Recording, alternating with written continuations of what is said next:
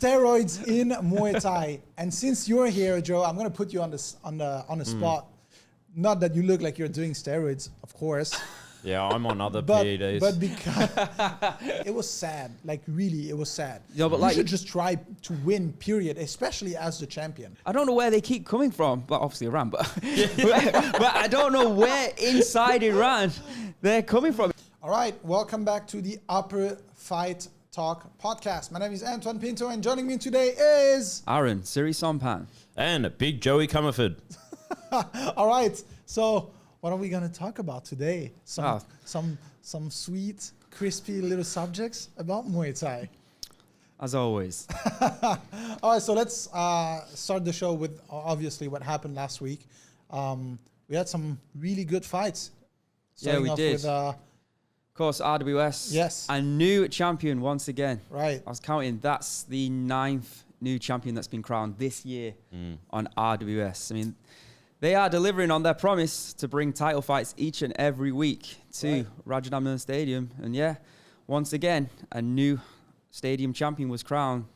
Tapao doing exactly what we thought he would do. Right. Come straight at Hercules, clinch, knee. I mean, a lot of people say that aspect of the sport is dying or almost dead. And Tapao seems to have revived it and indeed won the Rajadamnern Stadium title with those knee strikes. So I think a lot of people kind of expected something more from Hercules because his previous fight with Erdem, which was very controversial, we expected him to fight a little bit more aggressive, especially being the champion. This was a rematch because he already lost to Tapao. That's true. But 2 years ago. The exact same thing happened this fight than the previous fight. It was a pretty terrible performance from the champion, to be honest. I agree, because like you said, the first time that he fought against Erdem, it was controversial. I think a lot of us thought that Erdem won. The second time, that flying knee, pretty much, it just viral. Went viral, and the fact that he did win and he won that fight, no doubt about it.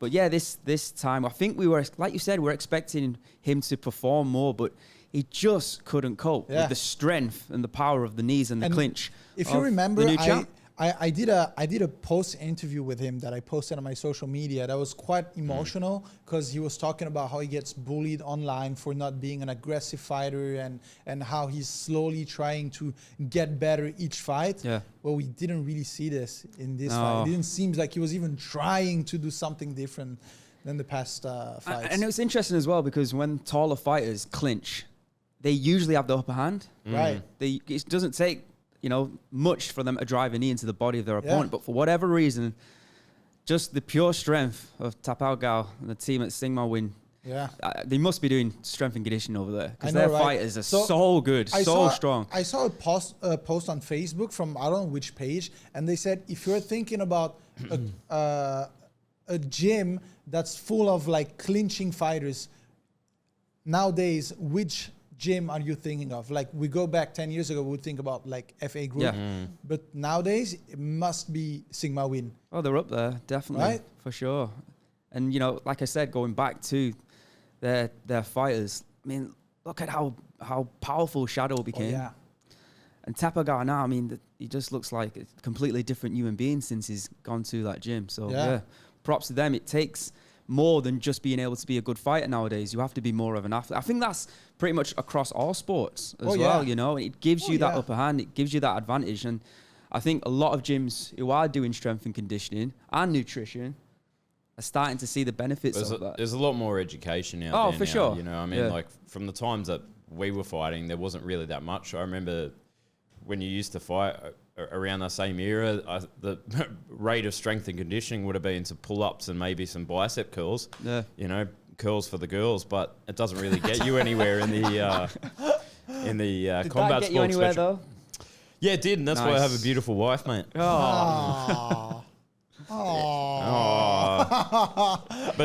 But it's interesting you say that. You look at the level of athletes that we've got now. You can't really call them fighters anymore. They're athletes because they're so whole rounded. The whole sport has changed where now we have sports psychologists, we have nutritionists. We've got like nutritionists here in Thailand who have got like 40 to 50 fighters under their bill.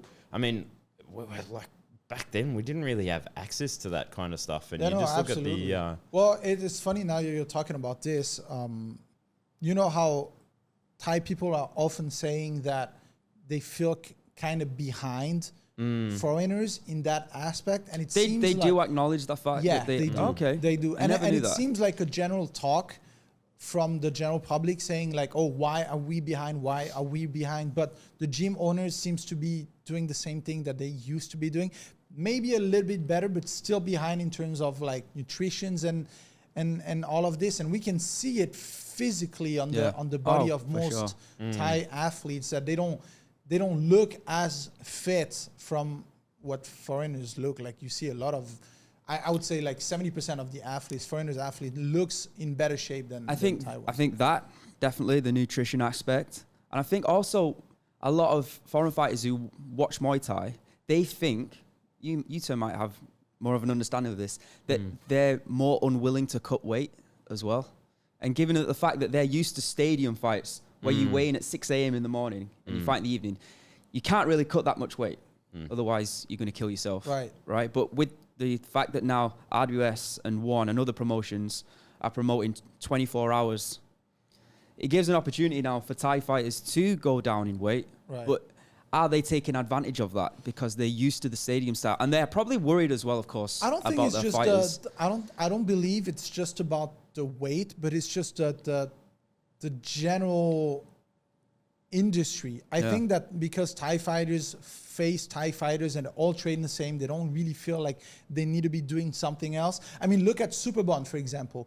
You think about Superbon back a few years ago when he was fighting in stadiums, he was the normal lean, the normal Thai fighter body type. Now he's like jacked, man. He's like doing weights and like you can really see how his body has changed over the past like few months or few years. And I guess it's because now that they have to face non-Thai fighters and they know that they're training a certain way, they kind of feel like they need to. But Thai fighters from stadiums, it seems like they don't really care. It seems like also that the world of Muay Thai has opened more for more Western influence as well. I mean, you know, I think we were talking about this a while ago about how there's more foreigners involved in, I'd say, the business aspect of the gym. You know, they're getting more foreign trainers over for that, the ONE style, even the entertainment style. So, you know, that's opened up a lot more opportunities for Westerners, but it's also changed the style of training as well. So it's almost like Muay Thai is starting to become globalized in that the philosophy of fighting as well. You're right. There's more and more foreign trainers in Thailand training Thai fighters. Well, of course, fighters, gym owners as well as coaches as well. So, and I think it's the great equalizer. I feel like it was for foreigners, maybe not as much anymore. The fact that they could do strength and conditioning. Because obviously Thais, they've been training since they were kids. Right. Foreigners probably not so much, probably maybe from teenagers. So for them to get to that level, they knew that they had to apply strength and conditioning. Yeah. But yeah, and you can see the benefits of that. I mean, look at the high weight categories where, you know, obviously Thais dominate the lower weight categories because naturally they are smaller. So you won't see many foreigners in the top 20, 40 of the rankings. But when it gets up to about 147, then you can see just where they meet. It's not all Thais. There's a mix of both now. Oh yeah, and it's getting more and more prevalent, the fact that the foreigners are getting to the top level of the sport. But I think that's good for the sport. Oh yeah. What sport do you really want to see where one country dominates? Or, you know, it's not. Yeah, 100%. And I think Thai people are scared of losing their sport. Do you remember Mr. Wong a few months ago, when actually probably longer than that, when ONE Championship Friday nights first started, and he came on the screen and he made a social media post saying, "Come on, Thai fighters, we can't lose. You know, this is our sport." Okay, well, that's one way of looking at it. Another way of looking at it is think of all the big sports, football, golf. Do we really know where they originated? Obviously, football's from England. We don't dominate at all. The fact that it is a global sport is because Everyone's good at it. Yeah. Everyone wants to get better at it. And I think that's what we're going to see in the sport of Muay Thai Well, I think as we're it grows as well. that. And that's okay. Right. It's up to Thai people, Thai fighters to raise the bar if they want to dominate. I mean, you had a look at RWS made a post the other day. I can't remember what weight division it was. It was like I think it might be in the middleweights or the welterweights. Yeah. Was Erdem was in there. It's 147. Exactly the weight category I was talking about. You know, there was Max, there was Sajjad. Exactly. You know, like you look at that. Normally, you would see Thai fighters mixed in with foreigners on a post like that. But you're having a look at the 4 best guys in that category at the moment, all foreigners. You know, crazy. 5, 6 years ago at that weight, that specific weight, Rafi. Yeah, that's it. Probably it. Everyone else was Thai. But like you said, now, even in one championship, they fight at 145. It's a mix. I think that's a good thing for the sport. But obviously, I can understand the Thai mentality. Like, this is ours. We created it. You're going to have to raise the bar. You're going to have to get better. Yeah, but it's great. And again, I want to go back at, we were talking about how they have non-Thai trainers now. And I remember when it started, it was only just for boxing. So they had foreigner trainers for boxing. But now they have foreigner trainers for Muay Thai in so many different gyms. And so many big champions actually choose to go train with non-Thai Muay Thai trainers. Isn't that amazing? It is amazing. It really is. Just like you're talking about how the sport's evolved. You've got JP, Deshapan, Leo, Phuket Fight Club. I'm sure there's plenty of others that I can't think right now off the top of my head. Down at Venom. Perfect. Yeah. I mean, right now, if you're thinking about the best trainers, period, I mean, like, I would say the top 5, top 10, at least half of it would have to be non-Thai. It's a good point. Yeah. Anyway, going back to the weight issue. Obviously, this last Saturday morning it was here in Bangkok, the main event for the 125-pound title. Samila. Unfortunately, it didn't make weight. I saw a lot of idiots online saying, she didn't try hard enough. Oh, come on. Absolutely crazy. 19 years of age. I mean, that's just as tall as us 3. I mean, that's the thing. Like, people don't take into account that, okay, number 1, it's harder for females to cut weight. Number 2, she's only 19. She's been here since she was like 15 or 16. Right. She's just reaching adulthood now, and she's only just growing into her body. So the weight cuts are going to become harder. This is what a lot of people don't realize, and I don't blame her at all for having that struggle. Well, I mean, like, you should not miss weight, though. No, it's wrong not doing weight, but it's also wrong saying she didn't try hard enough. Like, of course, but stuff happens, but any fighters as professionals should be doing weight. Well, the issue for her is that there's no weight class above. Yeah. There's no 135-pound class at the minute as it stands, as we're talking right now. That might change in the next few days. But yeah, so she did everything in her power to make the weight. No, she's the champion. You could see that she wanted. I think she knew that it was a little bit of a step too far, but she gave her all. And then going in with that on her brain, that performance that she put on to win by knockout was sensational. I think she. How many? She was like what, 1.5 or 3 pounds? I don't remember. I think she weighed in at 126.5, so 1.5 pounds overweight. So yeah, because she really gave it a good go. I saw somebody who said, with just this amount of weight, she could have shaved her head and be on weight. Do you think? I mean, like, I don't know. It's probably true though, because it's true. But I mean, that's like a pretty extreme expectation, especially for females. I 100% agree with you that you're a professional. You've got to make weight. I mean, it's in our circles, it's always unprofessional if you don't make weight.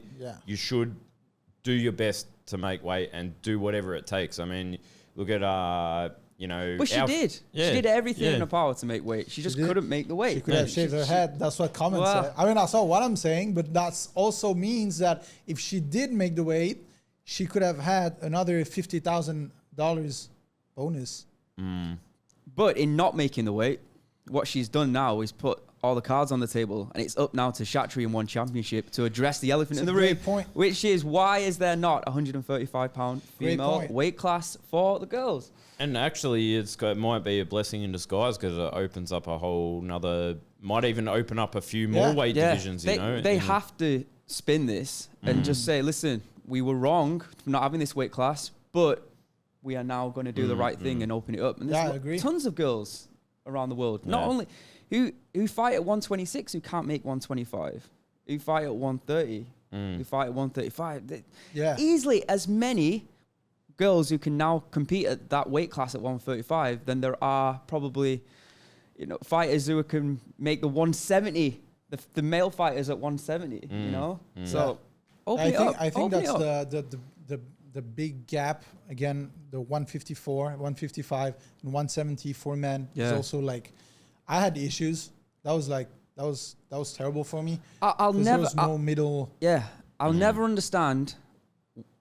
Obviously, one championship copying the MMA style of doing 125, 35, 45. Well, Glory Kickboxing did that. 55 and then jump into 70. Yeah. They could have made that 165 weight class, which is where most people around the world naturally come to, is 155 and 65 but that's as the a thing, species. Because again, going back from my personal experience, when I moved from fighting in Thai fight to Glory, that was such a big issue because I was walking around 77 kilos, which was too heavy to fight at 70, but too light to fight at 77. So like, so I was fighting at 77. I was exactly the same weight on weigh-in day and fight day, fighting against guys that were like 85. So that was like insane. And because there's nothing in between, it makes it really, really tough for this. I think this. I mean, and then part. especially, you know, when you start jumping up those big gaps there's a lot of power in behind the bigger boys, you know. And that's like 7 kilos, so that's like over 15 pounds. That's a lot of. It's a big difference. In my view, it actually starts becoming unfair. It's a very unfair advantage, and it's, you know, it's not what the sport's about. It's a real silly system. It really is. To not have that 165 doesn't make sense to me whatsoever. Because, like I said, a lot of human beings are at around that weight class. So to just ignore it, I don't get it. I really don't get it. And, you know, Regan Özil, the champion at one in Muay Thai? I mean, he's dominating and he's amazing. He's a tremendous fighter. But the majority of the fighters who are in a bid to try and get up there are coming from middleweight at 160. Yeah. You know, and they're having to build themselves up and put on muscle to try and get up, just like your situation, to try and get up to 170. And it's just different. It's just a different weight class, 100%. A different fight style. And you can't just, some people can adjust and do it really well. Some people can't. That's just how it is. And then because some people can't, there's just a lack of competitiveness, I feel. Because you have those fighters, like you were saying, that are too light and they jump into that 170 weight class where they don't belong there. That just makes it a pretty weak weight class in terms of, like, you know, fighters fighting there. Well, let's go by the stadium. It would be like putting Yotin against Superlek. Yeah. Doesn't matter how good is. Exactly. Yeah, it's just crazy. Superlek's just so much bigger than it at 135 compared to 126. So that's what basically missing out that 165 weight class. Yeah. It's actually a little bit beneficial for RWS because all the middleweights have decided they've got to think to themselves, right, I can either go up to 170 and risk it, or now I can go to Raja Damnaon Stadium and I can compete for the 160-pound middleweight title. Yeah. I think now it's up to RWS how they're going to build that unique weight class, like really unique. You don't have that anywhere. Exactly. Like one doesn't have it, K1 doesn't have it, Glory doesn't have it. Yeah. RWS is literally the only promotion with that weight class. On the last time that we spoke, we obviously talking about Youssef Bouganem as the best middleweight of all time. Yeah. One fighter who did actually beat him, Liam Nolan from the UK. He's in one, and he's having to do that fight at 170. I think, obviously, Joe Ryan, massive fan. Yeah. Bento, great fighter. I mean, tremendous fighters here at 160. Pep Moricott, who's moving up. Yeah. Liam Nolan would be in that mix 100% for 160. He beat Youssef. I said it I think it was in another interview. I do believe that Liam Nolan is one of the best non-Thai right now. He's so good. He is. People just haven't got the chance to see how good he is yet. And I believe his performance against Sin Samut wasn't good as well. He got quite unlucky. Yeah. Well, he's had a bit of bad luck, because the last time that he fought in one, I think he broke his hand in and he ended up losing that fight. But yeah, like I said, at 160, which I do think correct me if I'm wrong, Liam, but that is actually really your natural weight class. He could be dominant in that class. Like I said, he goes straight to the top of the pile. But overall, though, the 160, no disrespect to those fighters, but the 160 weight class right now is probably the weakest in terms of competitiveness compared to other weight classes. You think so? Yeah. Yeah? 100%. Because we got like really, really good top 5.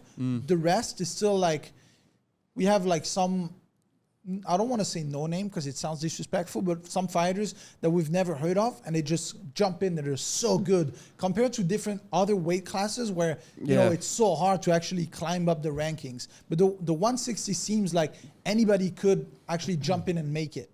Well, yeah, but, you know, like I said, talking about, you know, humans in general, 72.5 kilograms, you're going to find the majority of them outside of Thailand. Yeah. And then there's that as if they are good, at the moment, probably Glory in One Championship is more on their radar. But eventually, I think it will filter through to Rajdamnern Stadium, and we'll be known for having a tremendous middleweight division. I think it's a great starting point to have Joe Ryan now as the champion as well. Yeah, and he's so good as well right now. And we said that in the previous episode that we couldn't release, unfortunately. But yeah, he's also getting better and better, and this is going to make it interesting. This weight class, I think within the next 6 months is actually going to be very interesting. Yeah, and speaking of foreign fighters as well, we were singing the praises of Savas most recently. I mean, on the last podcast, you were talking about him taking on John Paranchai. He has got the nod. Oh. Did you not know about this? No, I didn't. He announced it on RWS. Fighting for the title. He is fighting for the Rajdamnern title. Time. He will be taking on Samingdet on May 25th. Yeah. Oh, that's good. That's very good news, because if anybody deserves a shot at the title, it's that young man. Is it, though? Oh, I don't know. Because there's a certain young fighter called Lamnam Moonlek who probably should be getting the title shot right now. True. He posted on social media that he is getting very frustrated, unfortunately, with the fact that he cannot get fights. Now, we had issues in the past because people won't fight him. People would not take the fight against Lamnam Moonlek. Now, I don't know if Samingdet said the same thing. I would assume not, because he's fought him twice before. And that's exactly why he doesn't want to fight him again. That's it. Like, could be. They just, nobody, let's be honest, nobody wants to fight Lamnam Moonlek. Yeah, and no Thai fighters want to fight Lamnam Moonlek. That's it, period.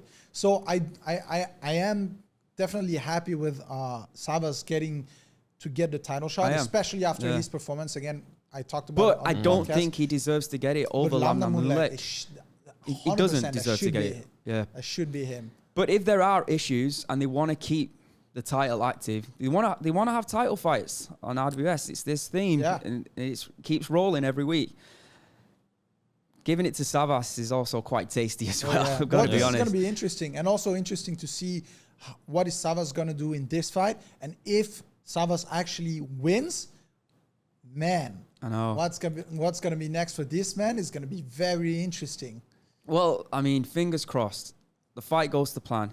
If Savas does win, please allow Lamnam Moonlek to have a title fight, because there's no other person in the sport of Muay Thai who deserves it more than Lamnam Moonlek. He's done everything that's been required of him by RWS. Winning the tournament twice. He wins everyone he puts in front of him. He creates these highlight reel moments that go viral for the company as well. Such a smooth operator. And I'm really worried that he's not going to get fights, and they're going to get frustrated, and there's a certain company that starts with an O. Well, there's been that could take him, and I would not begrudge him. No, that's the thing though. There's been big rumors of him moving. Yeah, obviously, the 135 weight class in one is probably the biggest. Do you think that style would suit him though? Because I mean, he's such a. I don't think that's the.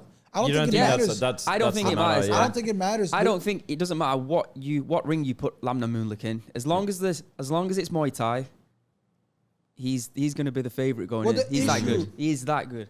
The issue is really that nobody wants to fight him, and that's just the reality of things. Is that no Thai fighters want to face Lamnam Moonlek. So what is he left with? Right?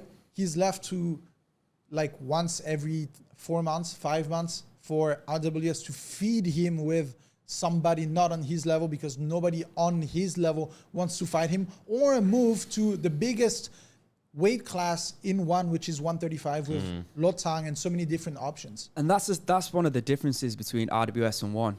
One, they can say, you are fighting you. Take the fight or you don't get the fight.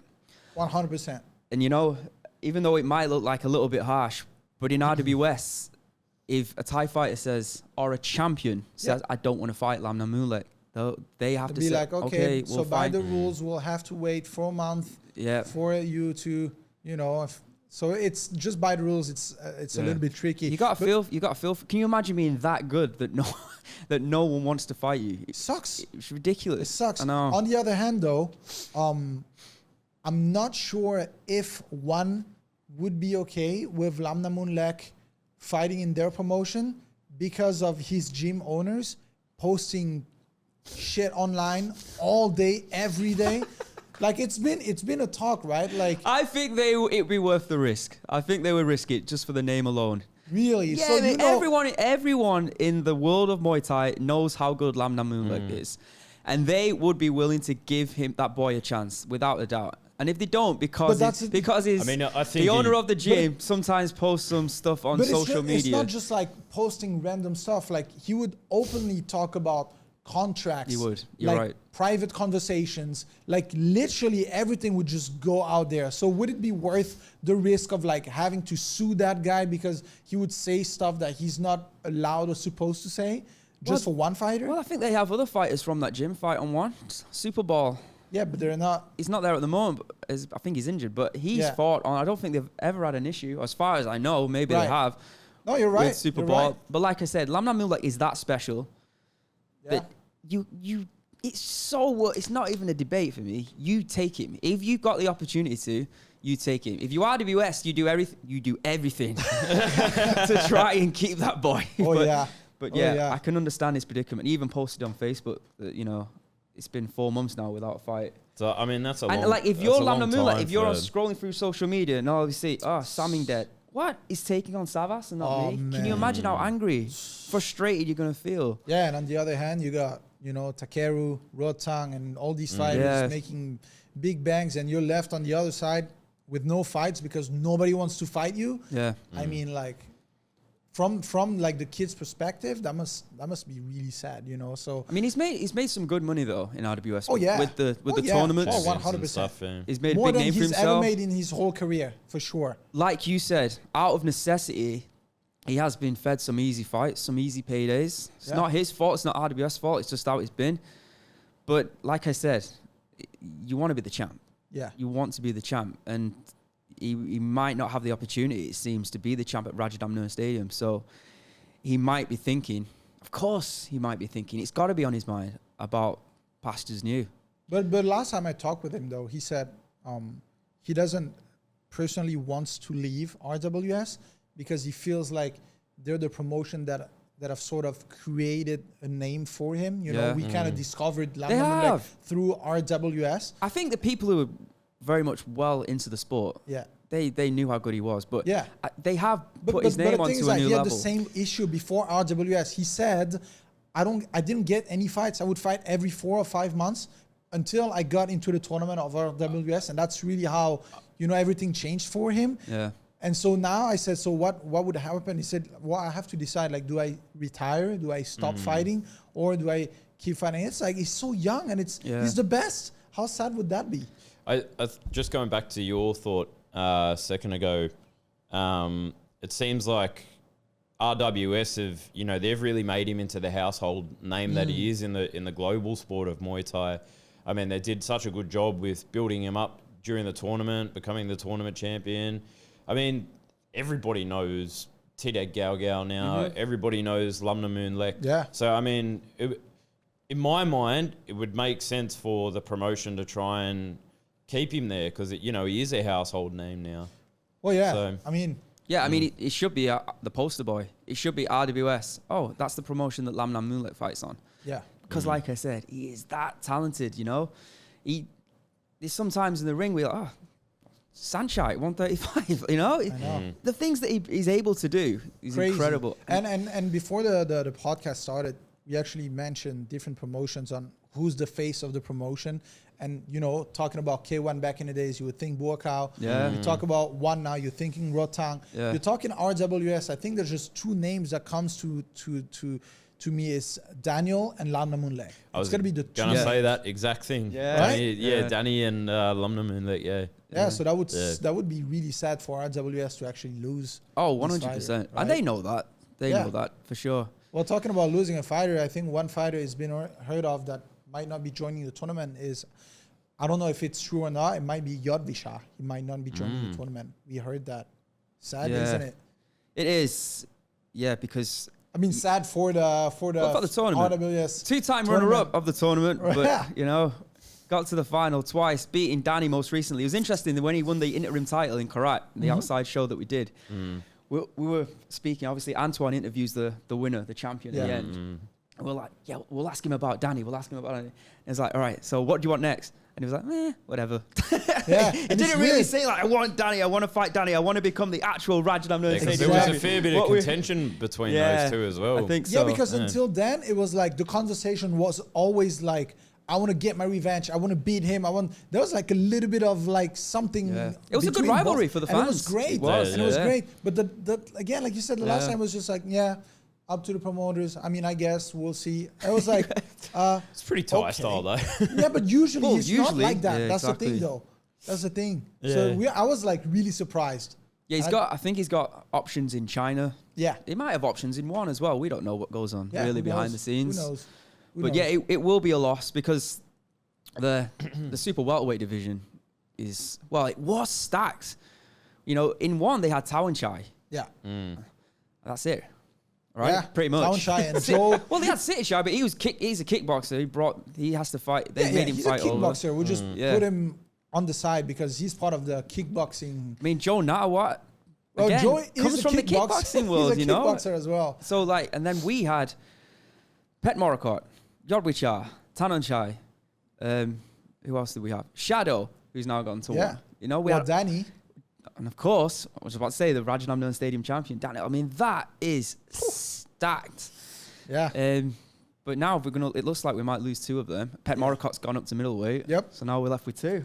And that's potentially left with two. We don't know. That's funny because Danny, before he had to stop because of his injury, also said he was thinking about moving up to 160 because of how tough the 154 weight class was and how weak compared to how the 154 weight, how weak is the 160 weight class compared to the 154.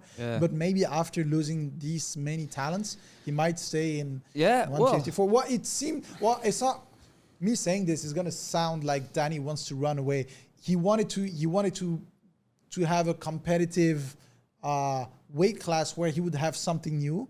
But now that these, elements are leaving, then we might have more new fighters. Retiwada, I'm pretty sure he can still make welterweight. He's decided to go up to 154. Yeah, he's moving. No, I don't think he can make welterweight. Really? Yeah. I think he said the last time I spoke to him, I think he was like 77. So that's like 10 kilos. 10 kilos to heavy. lose. Yeah. So that's a lot of weight. Yeah. He's a big guy, man. I think people don't realize how he's put on a lot of muscle. Because I think there's an opening at 147 as well because, Hercules, Tepagao. Well, no, I mean, like... I guess Sajjad as well. I think he wants to come up. I mean, you know what would be great? He wants to be the champion. Yeah, I know, yeah. Because we talked about Alamos last time, being also you quoted one of the best non-Thai in your opinion. Yeah, in my opinion, Can I just go back to that as well? Yeah.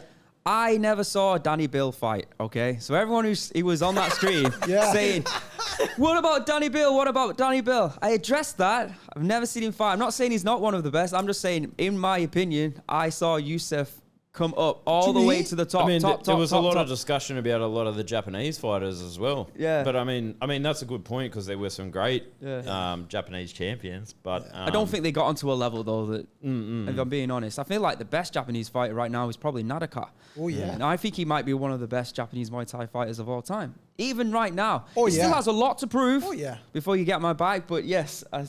No, but in Muay Thai, there's no question about it. I mean, there's a lot of great great kickboxers from Japan. Yeah. But in terms of Muay Thai, I mean, come on. Nadaka has definitely got to be up there. Yeah. She's like, what, It'll 3 be weight classes? Yeah, it'll be interesting to see. Yeah, three-weight stadium champion. The very first non-Thai to ever do it. I think he wants to go to try and be the champion of a 4th one. Really? Will he though? Yeah. So he's a champion right now of 115 pounds, I believe. Yeah. There was some discussion. I can't remember where it was. I mean, I'm a bit sort of punch drunk as well, but there was some talk that he wanted to be a 4-division weight champion. So I'm not sure what division that would be. That would be going up to 118 and potentially fighting Kunsuklek Petsiam, the winner of that fight, which of course is coming up. Does that lead us on to this fight? Well, might as well, right? So this weekend, last year, we got to witness what people thought were the pound-for-pound best in the world when we saw Superlek take on Rod Tang. Still think that the jury's out on that one because of Superlek missing weight, of course. But this weekend, when the pod goes out, it could be like in a day or two. Yeah. It will be Kunsuklek, the current 118-pound Rajdamnern Stadium champion, who many acknowledge now as the pound-for-pound best in the world, taking on Petsiam, who's the current 122-pound champion. It's the bantamweight versus the super bantamweight. At RWS, the main event, 5 rounds, and it's Petsiam who's moving down to try and take the 100. Yeah. This is where it gets interesting, all right? So I was asking I was asking the management, so if Petsiam wins, he then becomes the 118-pound champion, right? Which means he would vacate the 122-pound championship. Is that done already? Has he vacated it? And they're like, no. What will happen is, if he wins, he will get to choose. Right. He will get to choose which belt he wants to keep hold of. So if Petsiam wins, he can be the 118-pound champion if he wants to be, or he can keep the 122-pound championship. Right. Very interesting. What's very interesting is also that they've already scheduled the week after that his title to be. Yeah. So for people who missed it, I know it's getting really confusing, but the week later it will be Petsaman. Yeah. Taking on Pantep. For his title. For his 122-pound title, but he might not vacate it. Right, so that would be an interim champion. So it would be an interim title. Yeah. For a guy who's just defended it's really... Well, also, you mentioned about how... Is it, what I think in hindsight, I know they wanted to create something interesting. Would it have just been easier to say it's a non-title fight? Let's just put the best 2 Muay Thai fights together. I was gonna go about that. You know how RWS has established that rule of having title fights every week, and I guess here comes an issue with situations like this. It's because it's a great sometimes point, it's too close, and when you're having fighters that are crossing over to a different weight class, then this happens because you're cutting off one weight class, but you still have to have a title fight. So it makes it very difficult. This one is a super fight, correct? Correct. Yes. And that entails the fact that the winner will be paid 500,000 baht. Yeah. If they seem to have a great fight, i.e. no dancing, they both get 250K, the winner and the loser. Yeah. If the winner wins by knockout, that's another 500,000 baht on top. Well, we should go back to that though, because the last time who was it? Yotin. Yeah. They got a yellow card. Yeah, for the dancing. So what I heard was 5, that correct? By the rules, if there's dancing, you don't get no bonus. Therefore, they got a yellow card for dancing. There should not have been any bonus. They weren't, right? They were. They were given a bonus? Yeah. Oh, I didn't know that. They were given 500K. 250 each? No. The winner was given 500K. Yeah, but they didn't get the 250 on top. Yeah, they didn't get that. But that's not because of the yellow card. That's because it wasn't entertaining enough. Period. But I mean, what I heard was that separate issue. There would be okay. that's a separate issue. Right. There should be no bonus at all. That was the way I read it. Yeah, that was, right. That was the way I read it. Like you're dancing, you get a yellow card, then there's no 500K. There's the zero, nothing. But they still gave that. So I guess they get stuck in that position. Well, it's interesting because the 4 rounds previous to that were very entertaining. That was back and forth, and then with 1 minute to go. Yeah. But if that's the rules, right? I was a little bit confused. But still, it's still I think hard to an old dog doesn't learn new tricks. It's one of those things where that's what they're trying to do. I know, but he just called you an old dog, bro. But it's one of those things is where, you know, a lot of the promoters and a lot of the promotions are trying to update the world with Muay Thai and put these things in place to stop the dancing. I mean, even though there was that post about See a Boat saying that he doesn't want to have the dancing on his promotion. Let me do the pose. I got the collar for it. Oh yeah, dancing no bonus.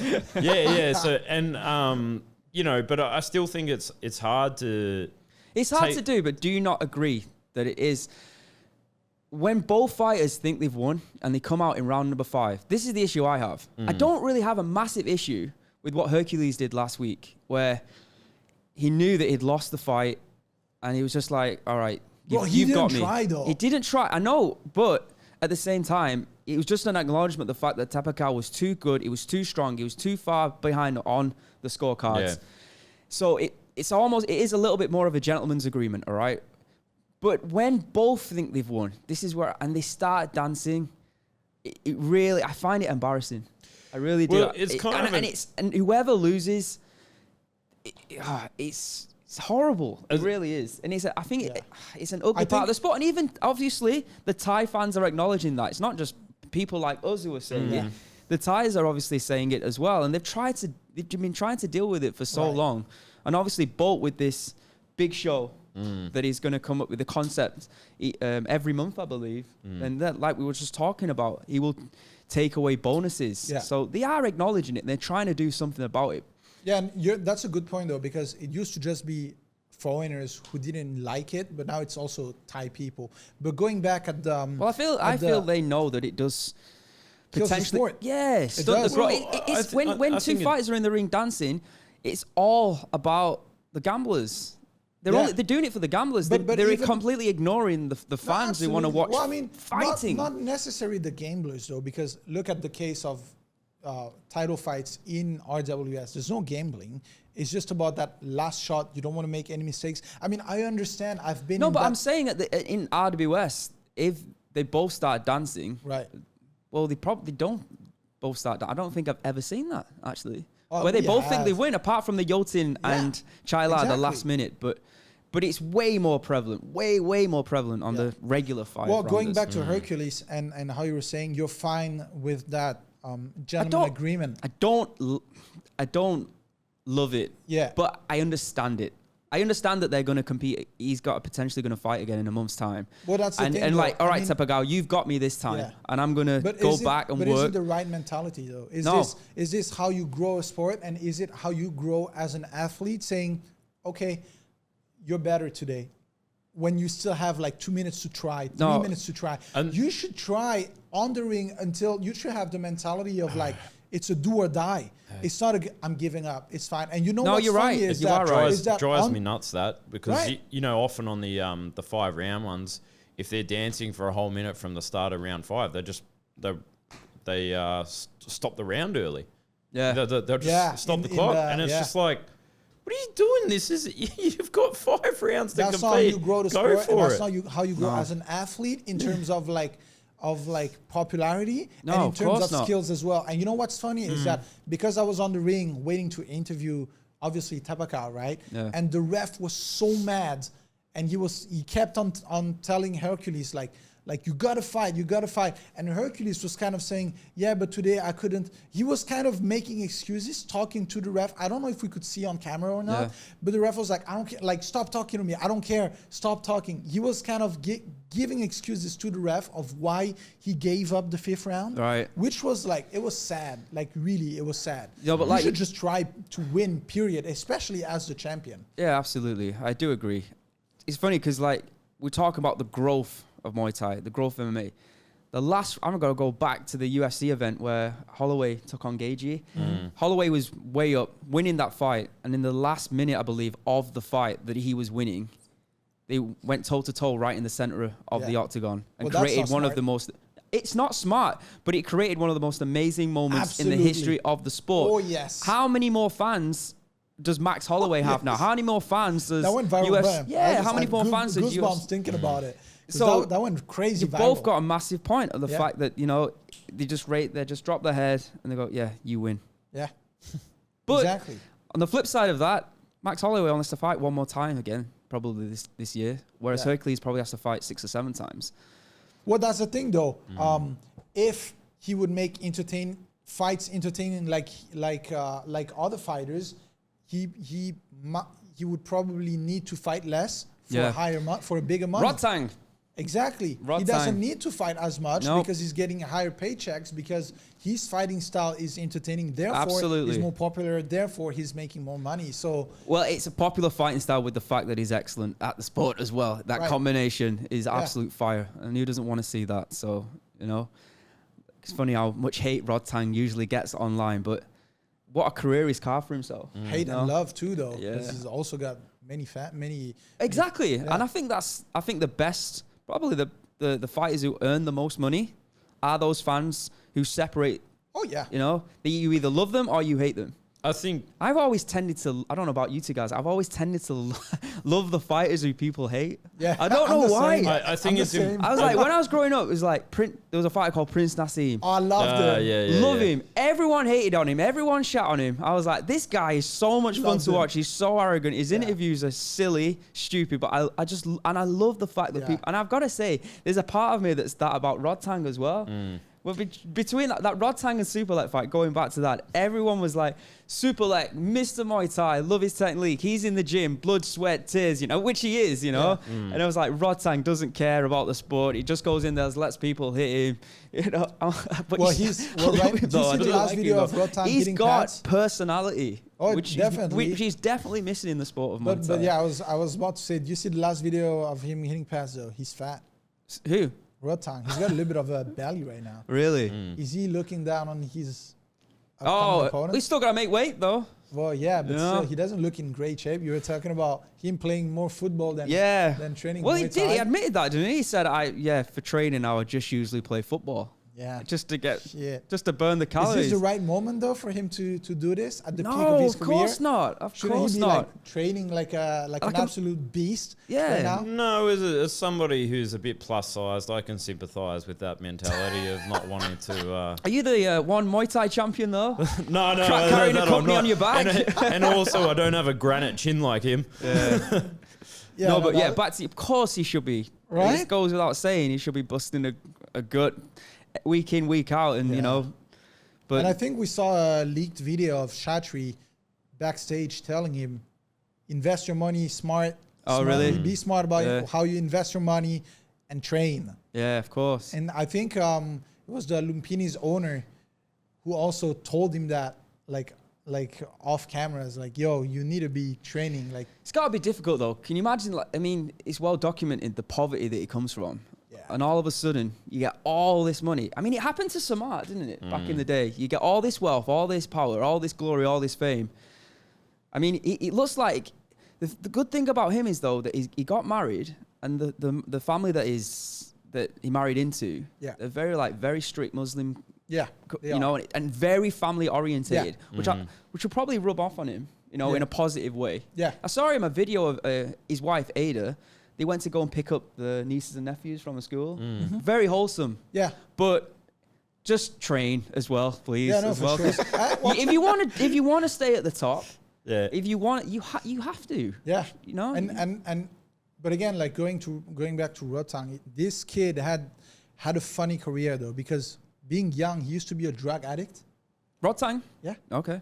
He used to be a drug addict who had to go on rehab. That's what he said in an interview, at least. With you? Your interview with him? He didn't say it. Oh, okay. I didn't ask him about this part in my interview, but he did mention in another interview that he had drugs issues. Oh, right. And then he had to go to rehab, and then Muay Thai helped him to, you know, kind of. So he was a fighter before, and then he had drug issue, and then Muay Thai helped him back to put him back on track.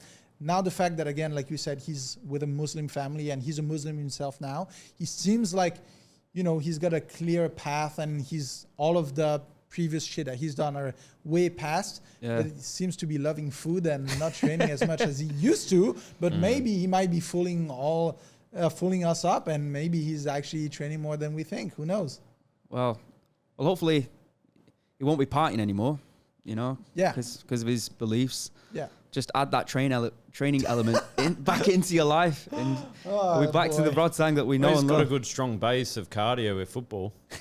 That's true, but is that enough? Because we're going back at whatever we were talking in the beginning of the podcast of how, you know, other fighters implement nutritions and weight training, and Rodtang is like, I don't care what y'all just said for 30 minutes. I'm just play football and eat mama soup. He was contemplating moving up to 145, I think. Just before his last fight, where wasn't he speaking to, I don't know the name of the jiu-jitsu guy, Mikey, Pasta and Pizza Boy. Yeah. He showed him how to correctly cut weight. Yeah. And he's like, well, he did a great job though. Like, he can cut weight and sleep. Yeah.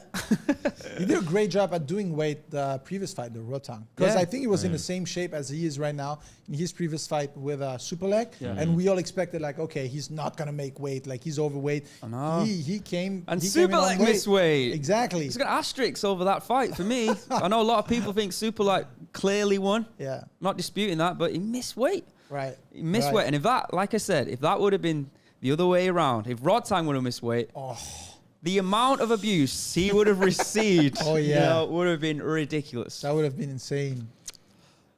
I sympathise with the man. I'm pro body positivity. Your income doesn't depend on you staying at 135, my friend. No, it doesn't. Thankfully, right? Yeah, thankfully. Speaking of 135, I want to go back to the stadiums.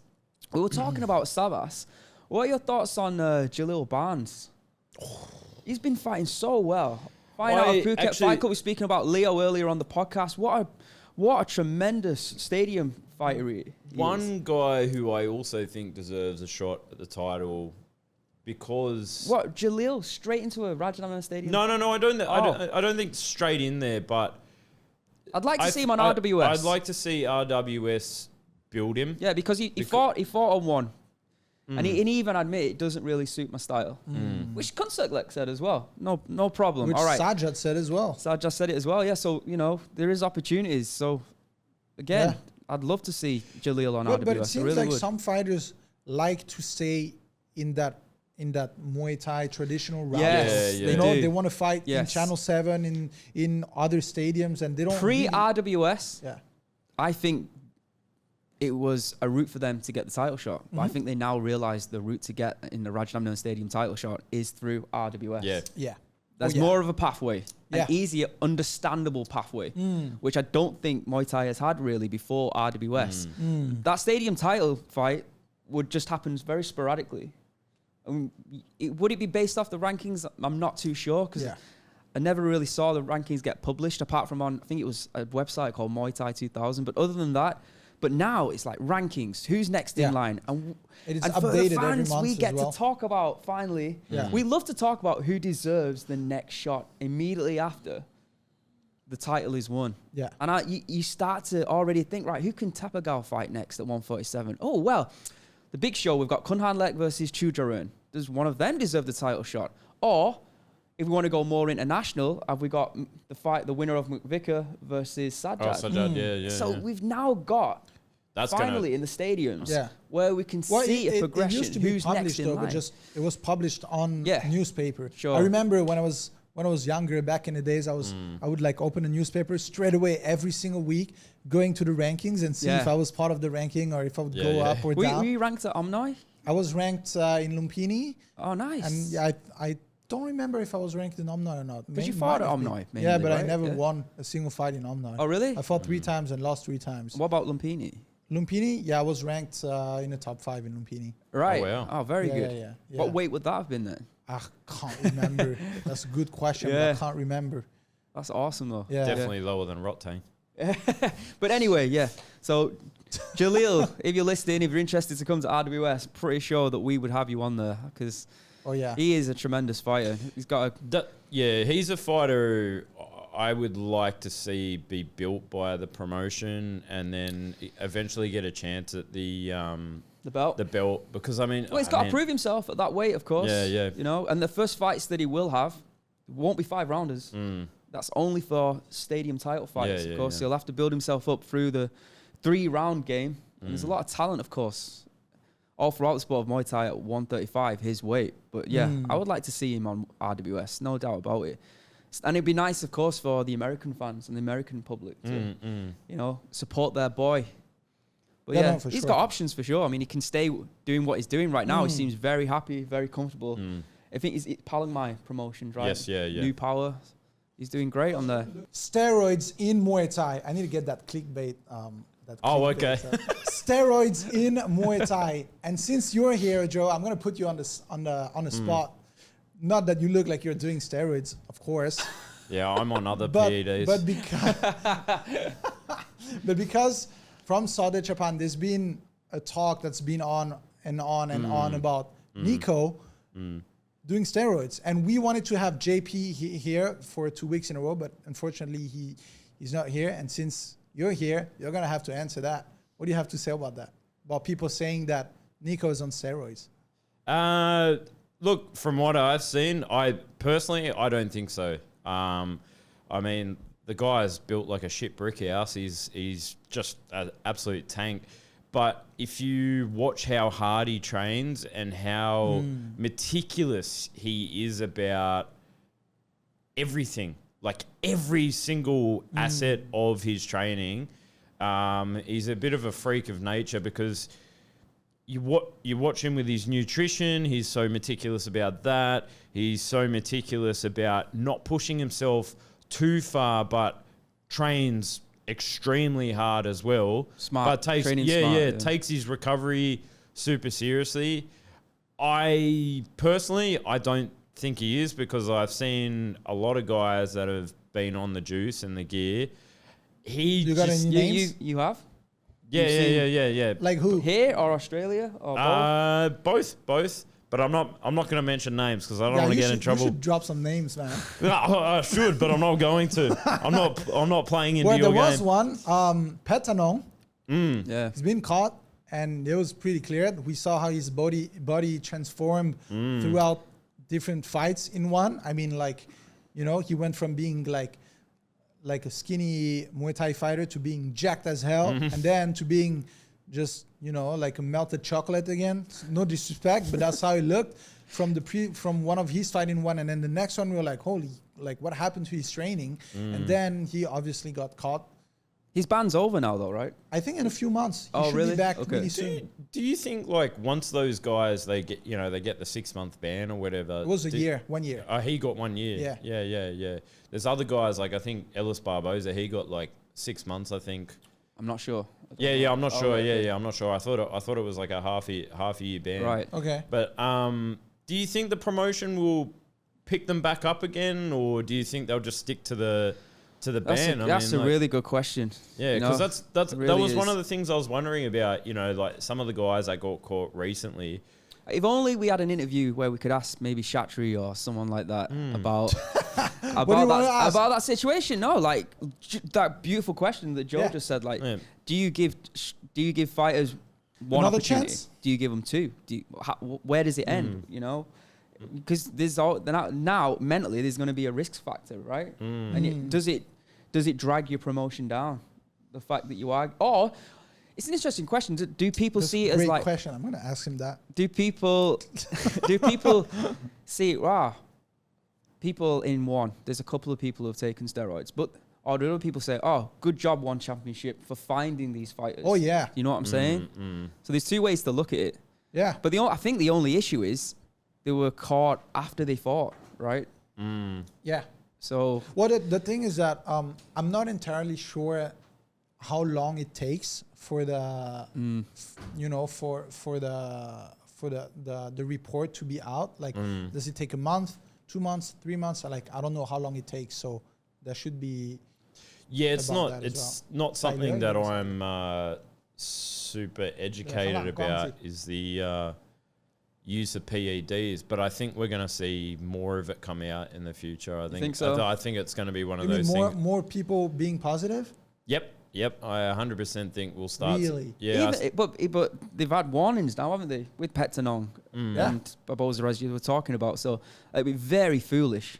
But they might take the risk, like you said. I think the more they the more they test, the more they'll find. It's sad. Yeah, I agree. It's sad But the reality of things is they might get a bonus of $50,000. They might want to take their chance, you know? Like a lot of people cheat, and that's just how it is in sports. Yeah, I mean, it's that's sad, just the reality of is. the world of sports, is it, Right. you know? Everyone looks for that extra advantage. And it's not like it's not easily accessible, you know? Oh, yeah. You know? Oh, So- yeah. Yeah. Yeah. Well, moving on. Which country do we have the best Muay Thai fighters in the world? So, yeah. Aussies? I think... You're definitely going to say Australians. No. I'm actually not that biased. When I went to the WBC event at Lumpini Stadium at the beginning of the year, I've been thinking about this question for a while about which country has the strongest You need to Muay get Thai. out more, bro. Hey? You need to get out more. I know. That's it. That's married life for you, mate. I do need to get out more too. But yeah, it's one of those things I've been thinking about is like not just the strongest fighters, but which country has the strongest scene outside of Thailand. And a few of the ones that came across my mind was France has always had a pretty strong Muay Thai scene. I think France was dominating for over 10 years. When you say now it's like France is out of the question. well, now. MMA's just been legalized, like right? all the Muay Thai athletes in France have, I would say 70% of them have transitioned to MMA. MMA is huge now in France. So France is definitely out of the question for Muay Thai right now. Sadly, but when you talk about the scene, are you talking about how many events and how many fighters are actually happening inside that country? Or are you talking about the amount of talent that we see? The amount of talent, the amount of promotions that are happening. I mean, England was one that came to mind. Yeah. I had a look at the junior team on that event, and I mean, was so let's impressed. narrow it down to which country has the best fighters then. Well, there's always like 3 or 4 in the conversation, right? I'll count the UK as one. Yeah. Australia, France, Japan. It's a shame we don't have a Japanese guest here. But we've got Iran as well. They're starting. I don't want to be disrespectful to the Iranian fighters, but when I first started commentating a few years ago, they were just like the whipping boys. Yeah. They would come in and they would get smashed all the time. And for whatever reason, the level of the Iranian fighters just keeps getting better and better and better. They started off just getting smashed and were willing to get smashed in order to get always somewhere. And there's always fighters on an entertainment card from Iran. Yeah. On nearly every promotion. Unbelievable. I don't know where they keep coming from, but obviously Iran, but I don't know where inside Iran they're coming from. It's pretty incredible considering, you know? So it's so actually, props to that country, Iran. Yeah, I'm trying to think. But obviously we can go through the stadium champions. Nadekar, Japan. From Japan. We've got Joe Ryan from the UK at 160. Sajjad from Iran. Yeah. Of course, he was a former Rajadamnern Stadium champion. Is there anyone else I can think of? We've got Brazilian fighters as well. Erdem was Raja champ, wasn't he? Yeah, he was Turkish. Turkish. From Turkey. A little bit random. So let's say if we had to pick one, what would be your pick? Oh, just one? Yeah. Shall I be biased? I'm not. We'll go overall, yeah?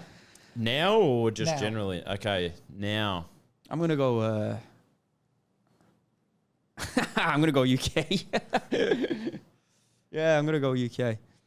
Haggerty, Nico, Joe Ryan. Let's put Liam Harrison, legend in there with the sport inside. I'll actually agree with you. You will? Yeah. Oh, okay, I thought Australia had a case. For once in my life, I'll actually agree with you. Well, the thing is with Australia, there's not enough fighters fighting outside of Australia. This is one of the issues with Australian fighters. They don't fight out of their own backyard. Really? I don't know why it is, but you guys, you need to leave the island and get out of there and get over here. No, I agree with Joe. There's a lot of great talents in Australia, but we won't be able to find out how good they are until they actually come over and fight with, other promotions. Is there like certain fighters within Australia you think could make it if they came to Thailand? Well, ones who have already made it, Chad Collins. Yeah. You know. Of course. He's fighting for the WMO title. There's a little plug for you there, Thank mate. you, bro. But, you know, you look... Guys like him who he came to Thailand, right? Yeah, he came to Thailand. In Thailand. Defeating Sexan in the stadium. But I just think this is one of the issues with Aussie fighters. They just don't leave their backyard. Australian Muay Thai is amazing at the moment. I mean, it seems like every week there's an incredible fight card. Incredible promotions over there, and really beautiful, solid Muay Thai over there because of all the... So why leave then? I don't know. I just think, like, if we want to make a statement in the world, which I think we should, if you're listening in Australia, you need to get out of your backyard. Okay. And I asked Joe Ryan this question as well. Do you think to be the best fighter you can be, the best in the world, do you need to leave your comfort zone and get out of your backyard? And that was actually sort of my question of point the finger at Australian fighters. You know, get out of your comfort zone. Yeah. Come over here. Right. You know. So we got England. I'll go UK. Yeah, I'll go UK as well. Yeah, includes England, Scotland. I'll put Nico in there. I'll go Iran. All right. Yeah. Yeah. Because in terms of overall, if we're talking about overall, like you're mentioning UK, we have maybe like 4 or 5. There's like 5 that are really good superstars. Yeah, superstars. But the rest is. We don't have that many more good athletes from the UK. I mean, there's, of course, many great athletes. Yeah. But in terms of, like, I would say the amount of fighters from Iran, we might not have that many top fighters. But in overall, I'll definitely go Iran. If we're talking about Muay Thai only, right? Because I can't disagree. I can't disagree with you for the reasons. Kickboxing, but Muay Thai, there's so many. The amount that are coming from Iran. And I think it's only a matter of time that we're going to see more champions because of the sheer volume of Iranian athletes. I agree. Yeah. We got a few from Venom. Of course, we have Sajjad and more Mohammed that just won the WBC title. CS Irani. Yeah. No, I'm going Iran on this one. I wouldn't argue with you. 5 years ago, I would have laughed in your face. Yeah. But nowadays, now the way they've leveled up is very impressive indeed. Right. Right. All right. Well, I think we pretty much went through everything. We had a few more stuff we wanted to talk about, but I guess we'll keep it for another one. Sure. It was a great episode. Thank you guys for being on once again. And if you're watching at home, make sure you're subscribed because we have a new episode every single week. So we will see you guys next week. Thank you guys. Bye.